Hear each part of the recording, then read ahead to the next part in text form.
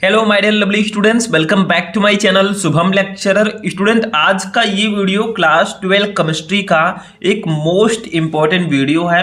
तो जितने भी हमारे स्टूडेंट इस बार 12th में हैं और जिनको 2024 में केमिस्ट्री का पेपर देना है, उनके लिए ये वीडियो बहुत ही ज़्यादा इंपॉर्टेंट है, क्योंकि इस वीडियो में हम क्लास 12 केमिस्ट्री के उन सभी महत्वपूर्ण प्रश्नों को आंसर के साथ पढ़ेंगे जो आपके केमिस्ट्री में 3 या 4 नंबर के पूछे जाते हैं। 3 या 4 नंबर का मतलब जो आपके लघु उत्तरीय प्रश्न हैं, उनको हम इस वीडियो में आंसर के साथ पढ़ेंगे। ठीक है, तो आज का ये वीडियो बहुत ही ज्यादा स्पेशल है, क्योंकि इस वीडियो में हम केमिस्ट्री के चैप्टर 1 से लेकर चैप्टर 5 तक जितने भी मोस्ट इंपॉर्टेंट लघु उत्तरीय प्रश्न हैं, उनको हम आंसर के साथ पढ़ने वाले हैं। ठीक है, देखिए मैं आपको चैप्टर वाइज क्वेश्चंस भी देता हूं और चैप्टर में से 1 से लेकर 5 तक, 5 से लेकर 10 तक ऐसे ऐसे क्वेश्चंस भी मैं आपको प्रोवाइड कराता हूं, ताकि आपकी बेटर तैयारी हो सके। ठीक है, तो आज का ये वीडियो बहुत ज्यादा इंपॉर्टेंट है, थोड़ा लॉन्ग वीडियो होगा या आप इसको मैराथन वीडियो भी बोल सकते हैं, क्योंकि इस वीडियो में हम चैप्टर 1 से चैप्टर 5 तक सारे 3 से 4 नंबर वाले क्वेश्चंस को कवर करेंगे। ठीक है, एग्जाम नजदीक आने वाला है, अब तैयारी आपको बहुत अच्छे से करनी होगी। देखिए कौन कौन से चैप्टर्स हैं जिनके क्वेश्चन हम इस वीडियो में कवर करेंगे। फर्स्ट चैप्टर विलयन, सेकंड है विद्युत रसायन, थर्ड है रासायनिक बलगतिकी, फोर्थ है डी एंड एफ ब्लॉक के तत्व और फिफ्थ है उपसा संयोजन यौगिक। इन पांचों चैप्टर के हम क्वेश्चंस को इस वीडियो में कवर करने वाले हैं। तो इस वीडियो को लाइक कीजिएगा, चैनल पर नए चैनल को सब्सक्राइब कर लीजिएगा, ताकि ऐसे ही मैं आपको फिजिक्स और केमिस्ट्री के और भी बहुत सारे इंपॉर्टेंट वीडियोस प्रोवाइड करवा सकूं। तो चलिए स्टार्ट करते हैं। देखिए फर्स्ट क्वेश्चन हमारा क्या है, 3 ग्राम यूरिया को 100 ग्राम जल में घोलने पर जल के क्वथनांक में उन्नयन की गणना कीजिए। जल के मोलल उन्नयन स्थिरांक का मान 0.52 केल्विन किलोग्राम प्रति मोल दिया गया है।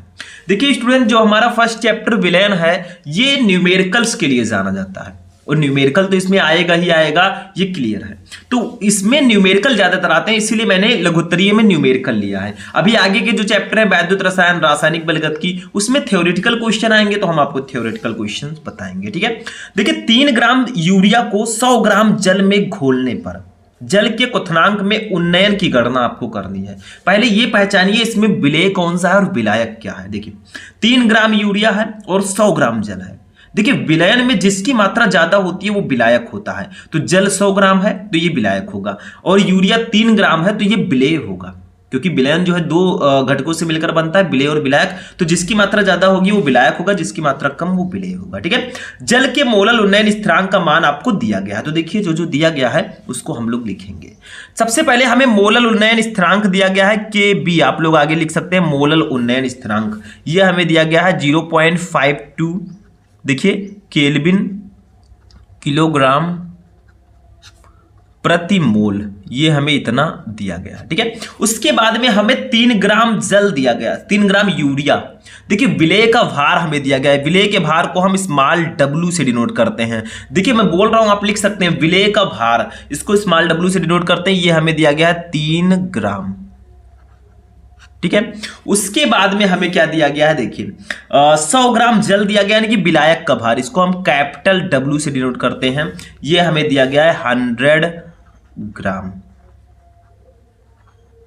ठीक है, अब ध्यान दीजिए, ये तो इतनी चीजें दी गई हैं, लेकिन हमें अगर मोलल उन्नयन स्थिरांक, क्वथनांक में उन्नयन अगर हमें निकालना है, तो इसके लिए हमें क्या पता होना चाहिए। देखिए अणुभार हमें पता होना चाहिए। ठीक है, क्योंकि विलेय का अणुभार जरूर पता होना चाहिए। तो विलेय हमारा, देखिए विलेय क्या है, यूरिया है, मैं अब लिख देता हूं, विलेय क्या है, यूरिया। ठीक है, यूरिया का अणुभार, ठीक है, ये इसको हम लोग डिनोट करते हैं m से। किससे डिनोट करते हैं इसको, m से, ये हमें निकालना है। तो देखिए यूरिया का फॉर्मूला होता है NH2CO NH2। ठीक है, ये फॉर्मूला होता है यूरिया का। तो देखिए यहां पे इसका अणुभार निकालेंगे, नाइट्रोजन का अणुभार कितना होता है बताइए, नाइट्रोजन का होता है 14। ठीक है, हाइड्रोजन का होता है 2, अब 1 होता है। ठीक है, अब 2 हाइड्रोजन है तो 2 का 1 से गुणा होगा 2 हो जाएगा, प्लस कार्बन का होता है 12, तो इसको 12 लिखेंगे, प्लस ऑक्सीजन का होता है 16 लिख दिया, नाइट्रोजन का होता है 14, 14, इसको 14 लिख दिया। हाइड्रोजन का एक होता है, 2 हाइड्रोजन है तो 2 लिख देंगे। टोटल ऐड करेंगे तो हमारा जो m आएगा वो कितना आएगा, ध्यान से समझिएगा। देखिए इसको ऐड कीजिए, कितना आएगा ये टोटल, जब आप ऐड करेंगे तो लगभग 60 आएगा। ये विलेय का अणुभार 60 आ गया है। हमें निकालना क्या है, देखिए क्वथनांक में उन्नयन निकालना है। क्वथनांक में उन्नयन को हम लोग डिनोट करते हैं डेल्टा टी से, ये हमें निकालना है। तो इसका एक फॉर्मूला होता है, देखिए मैं बता देता हूं, उसी फॉर्मूले पर रख देंगे। क्वथनांक में उन्नयन, ठीक है, इसको हम लोग डिनोट करते हैं डेल्टा टी से, ये हमने लिख दिया।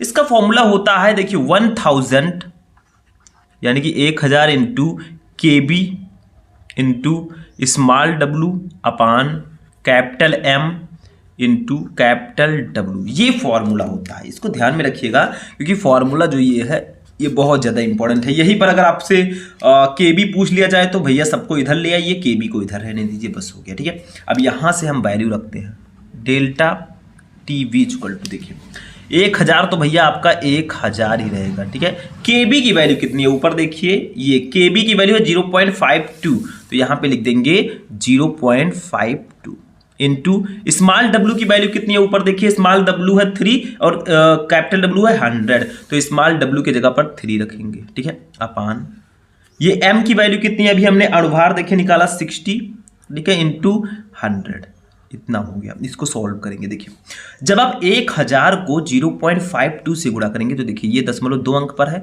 ये एडजस्ट हो जाएगा तो ये हमारा 520 आएगा। देखिए ये 2 दशमलव एडजस्ट होगा तो 2 जीरो एडजस्ट हो जाएगा, 1 जीरो और बचा, 520 इंटू 3 है अपान, देखिए ये 60 है और ये 100 है, तो इसका गुणा करेंगे कितना होगा, ये तो 6000 हो ही जाएगा। ये 0 से 0 कैंसिल हो गया, ठीक है।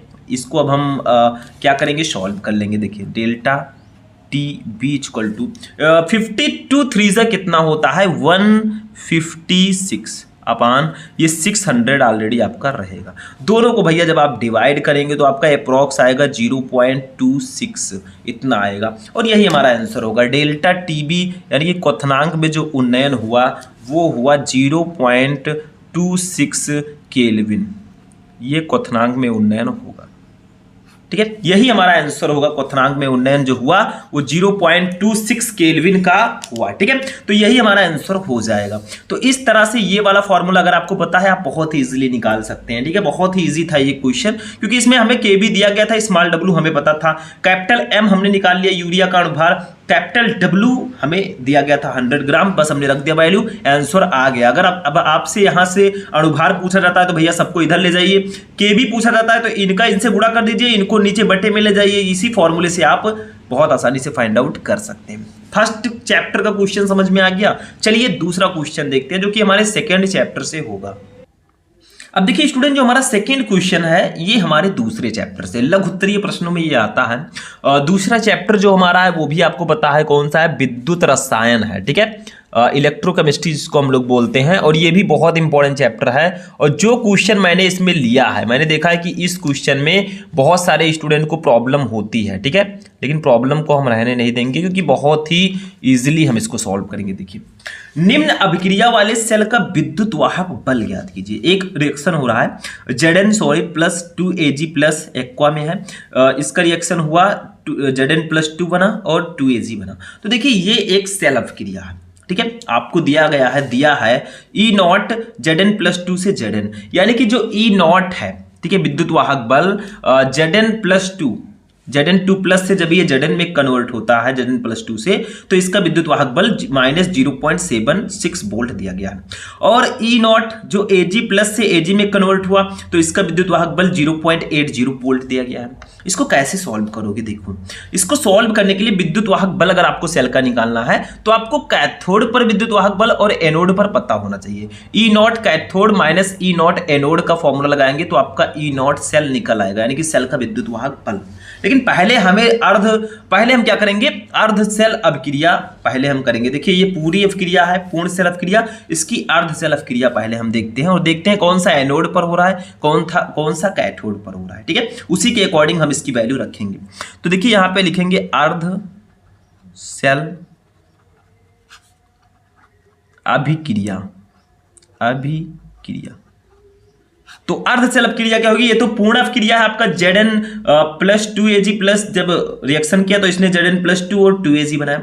अब देखिए यहाँ पे हो क्या रहा है, ध्यान दीजिए, अंदर की बातें आपको जानना जरूरी है। देखिए जो यहाँ पे Zn है, ठीक है, जो सॉलिड स्टेट में है, ये जो है कन्वर्ट होता है। देखिए ध्यान से इसको समझिएगा, यहाँ पे पॉइंट, ठीक है, ये जो है ये Zn प्लस 2 AQ, और ये जो है 2 इलेक्ट्रॉनों को बाहर निकालता है, ठीक है, 2 इलेक्ट्रॉनों को बाहर निकालता है और यानी कि त्यागता है। और दूसरी जो अपक्रिया हो रही है वो Ag है। तो यहां पे क्या होता है, Ag प्लस ये AQ एक्वा में है, ठीक है, प्लस ये 2 इलेक्ट्रॉनों को ग्रहण करता है। इस रिएक्शन को बैलेंस कर लीजिएगा थोड़ा सा, ये अर्धचल अपक्रिया में बता रहा हूं, ठीक है। देखिए यहां पे आपका आगे 2 लगेगा तब ये रिएक्शन होगा। तो ये बनाता है 2Ag, ठीक है, ए आपका कैपिटल रहेगा यहाँ पे, 2Ag, ठीक है, ये एस में रहेगा। तो ये रिएक्शन होता है। देखिए जिंक जो है, ये जिंक का जब रिएक्शन होता है तो ये Zn प्लस 2 बनाता है और ये 2 इलेक्ट्रॉन त्यागता है, ठीक है, इसकी संयोजकता। और जो सिल्वर है, ठीक है, ये 2 इलेक्ट्रॉनों को ग्रहण करता है। तो देखिए जहां पे इलेक्ट्रॉन त्याग रहा है भैया, यहाँ पे क्या होगा, यहाँ पे ऑक्सीकरण होगा, ठीक है, मैं लिख देता हूं यहाँ पे ऑक्सीकरण, ऑक्सीडेशन, ठीक है, ऑक्सीकरण में इलेक्ट्रॉन त्यागता है, इलेक्ट्रॉन बाहर निकलता है। और यहाँ पे इलेक्ट्रॉन ग्रहण कर रहा है तो यहाँ पे अपचयन होगा, ठीक है, अपचयन। तो ये ऑक्सीकरण हो रहा है यहाँ पे क्योंकि ये इलेक्ट्रॉन को त्याग रहा है, यहाँ पे अपचयन हो रहा है क्योंकि ये इलेक्ट्रॉन को ग्रहण कर रहा है, ठीक है, इलेक्ट्रॉन को ग्रहण किया तब यहाँ पे 2Ag आपका बना। बट यहाँ पे एक चीज और समझना जरूरी है। देखिए ऑक्सीकरण जो होता है वो एनोड पर होता है, ऑक्सीकरण जो होता है भैया वो एनोड पे होता है, ठीक है, एनोड पर, और जो अपचयन है ये कैथोड पे होता है, कैथोड। तो अब हमें ये पता चल चुका है कि जब Ag प्लस Ag में कन्वर्ट होता है तो कैथोड पे ये रिएक्शन होगा। तो कैथोड पर जो हमारा विद्युत वाहक बल है वो 0.80 वोल्ट है और एनोड पर माइनस 0.76 वोल्ट है। अब हम सेल का विद्युत वाहक बल बड़े आसानी से निकाल लेंगे। जब इन दोनों को आप ऐड करेंगे, रिएक्शन को, अर्धसेल समीकरण है, दोनों को ऐड करेंगे तो आपका वही रिएक्शन आएगा जो ऊपर दिया गया था, देखिए ये वाला, ठीक है, ऊपर वाला।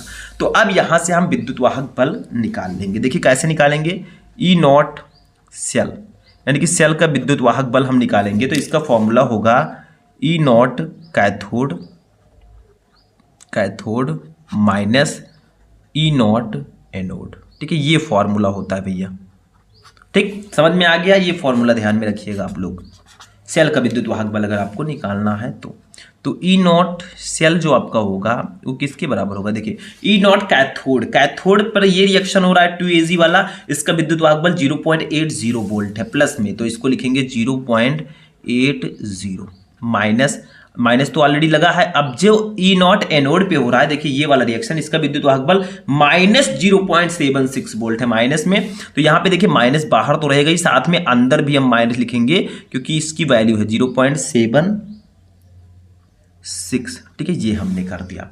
बस इसी को सॉल्व कर लीजिए, आपका सेल का विद्युत वाहक बल आ जाएगा, ठीक है, E naught cell equal to 0.80 आपका है ही।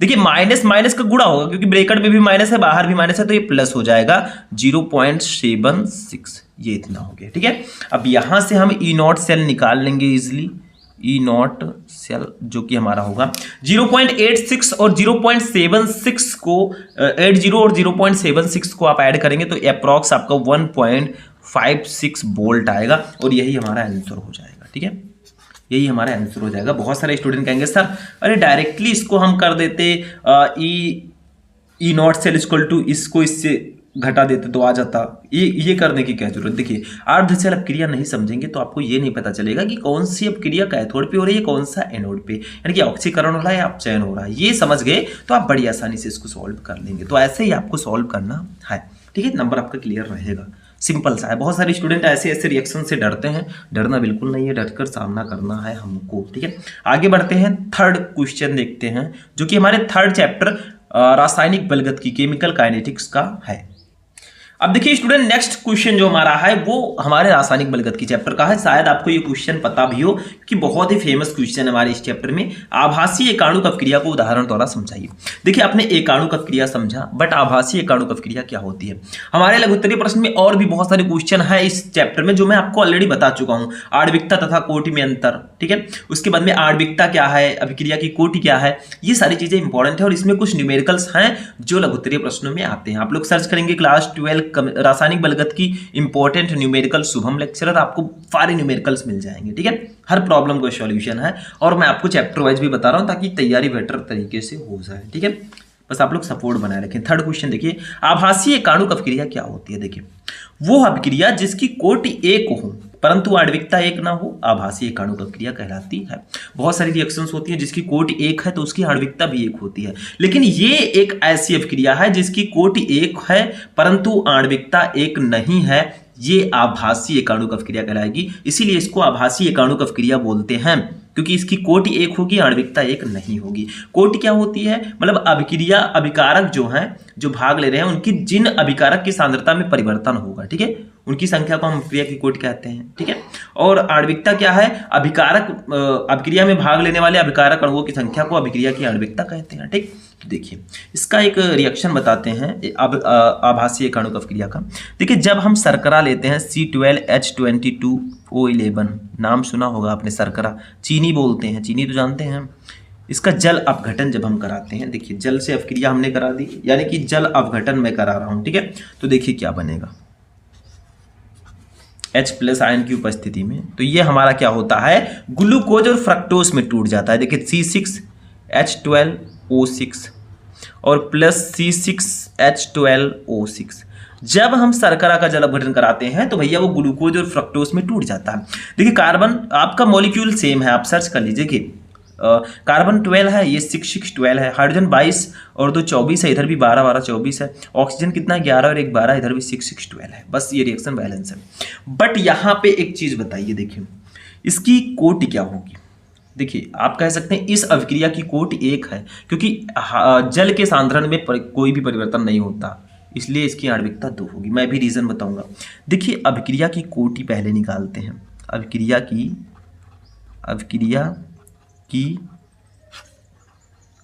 अभिक्रिया का वेग निकालिए, समझ में आ जाएगा। अभिक्रिया का वेग, ठीक है। अभिक्रिया का वेग जब आप निकालेंगे तो देखिए इसमें जो अभिक्रिया का वेग है वो केवल शर्करा की सांद्रता पर डिपेंड करता है, यानी कि जब ये रिएक्शन होता है तो सिर्फ और सिर्फ शर्करा की सांद्रता में परिवर्तन होता है, जल की सांद्रता में कोई परिवर्तन नहीं होता। इसकी घात 1 है। तो मैंने बताया था अभिक्रिया का वेग निकालिए, अभिकारक की घात कितना है? 1 है। इसी को कहते हैं अभिक्रिया की कोटि। तो ये प्रथम कोटि की अभिक्रिया है, अतः ये है प्रथम कोटि की अभिक्रिया है। अभी मैं रीजन बताऊंगा क्या है, कैसे यह है, ठीक है। अभिक्रिया है मतलब अभिक्रिया की कोटि क्या है? अभिकारक की अभिक्रिया में भाग लेने वाले अभिकारक जिनकी सांद्रता अभिक्रिया होते समय परिवर्तित होती है, वही उस अभिक्रिया की कोटि होती है। देखिए इस अभिक्रिया में केवल शर्करा की सांद्रता में परिवर्तन हो रहा है, इसीलिए अभिक्रिया का वेग सिर्फ शर्करा की सांद्रता पर डिपेंड करेगा। अब चीनी का एक ही मॉलिक्यूल है तो इसकी घात 1 है, इसलिए यह प्रथम कोटि की अभिक्रिया होगी। आणविकता कितनी होगी? आणविकता जानते हैं, अभी दूध का दूध पानी का पानी हो जाएगा, ठीक है। आणविकता क्या होगी बताइए? देखिए एक मात्रा कट कर दीजिएगा। आणविकता कितनी होगी? देखिए आणविकता क्या है? अभिक्रिया में भाग लेने वाले अभिकारक अणुओं की संख्या को ही अभिक्रिया की आणविकता कहते हैं। यहाँ पे 2 अभिकारक हैं। देखिए जल अभिकारक है, भले इसकी सांद्रता में परिवर्तन ना हो, लेकिन ये अभिकारक है, जल को लिया गया। तो यहाँ पे 2 अणु हैं। देखिए एक अणु है आपका इसका चीनी का और एक अणु है जल का, तो ये द्विआण्विक अभिक्रिया है। अतः ये है द्विआण्विक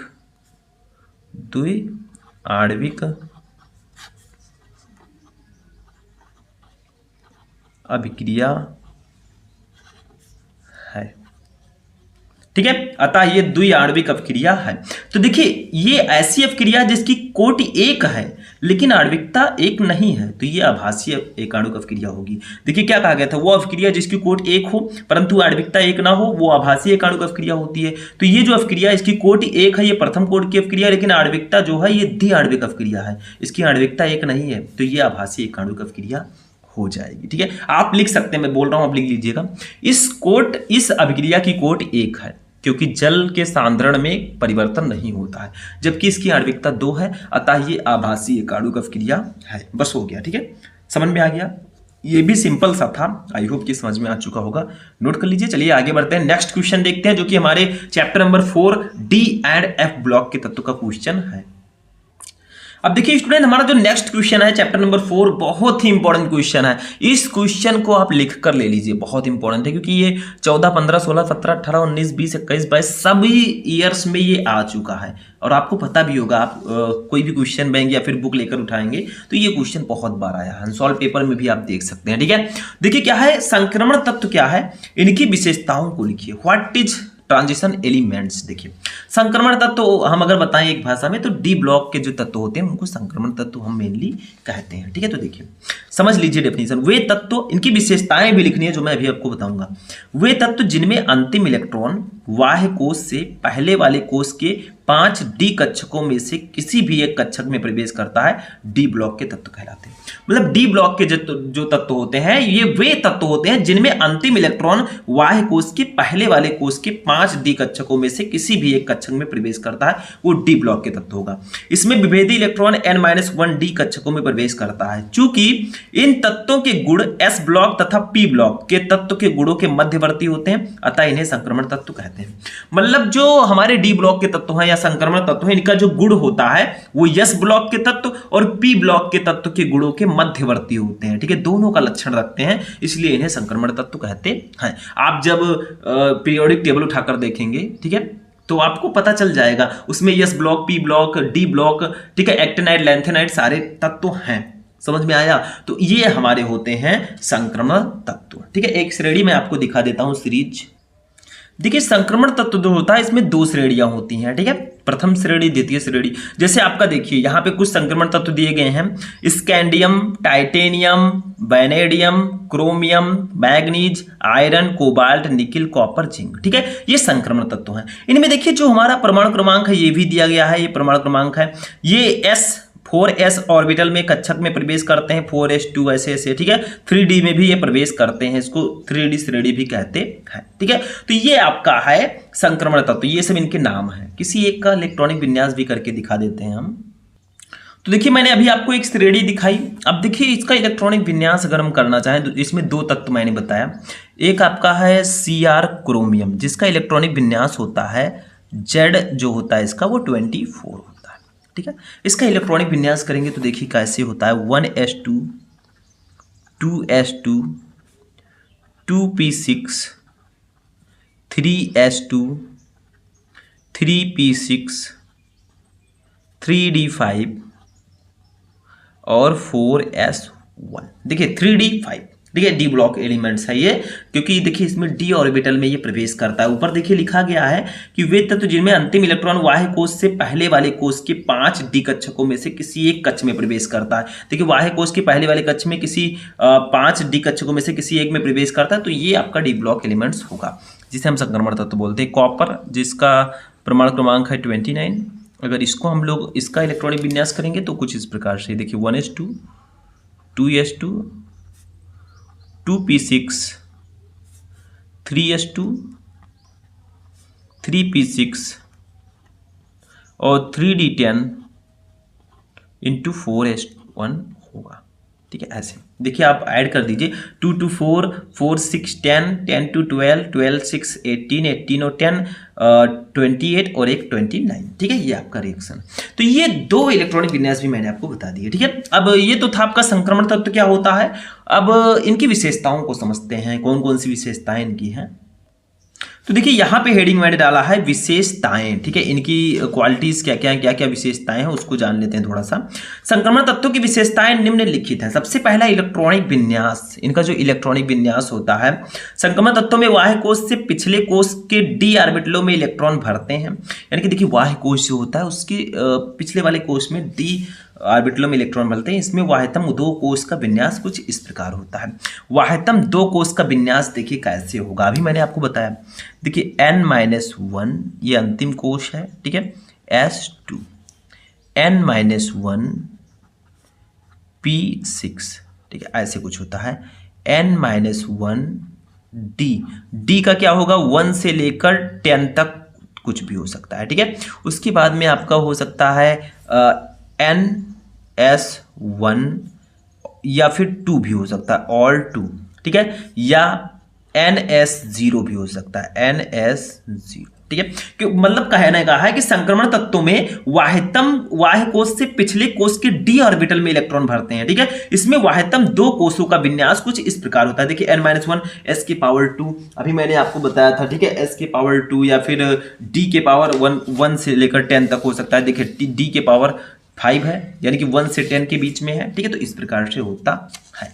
आगे देखते हैं नेक्स्ट विशेषता, परिवर्ती ऑक्सीकरण अवस्थाएं। दूसरी विशेषता है इसकी, डी ब्लॉक यानी कि संक्रमण तत्वों में NS ऑर्बिटल और n-1 D ऑर्बिटल दोनों के इलेक्ट्रॉन रासायनिक बंध बनाने में भाग लेते हैं, इसलिए संक्रमण तत्व परिवर्ती ऑक्सीकरण अवस्था प्रदर्शित करते हैं। ऐसे आप लिखकर चले आइएगा, ज्यादा डिटेल जानने की जरूरत नहीं है। तीसरा देखिए उत्प्रेरक गुण, इसमें उत्प्रेरक गुण भी पाया जाता है। कई जगह आपने देखा होगा कि इनका यूज हम उत्प्रेरक के रूप में भी करते हैं, एज अ कैटालिसिस। तो संक्रमण धातु और उनके यौगिकों में उत्प्रेरकीय गुण होते हैं।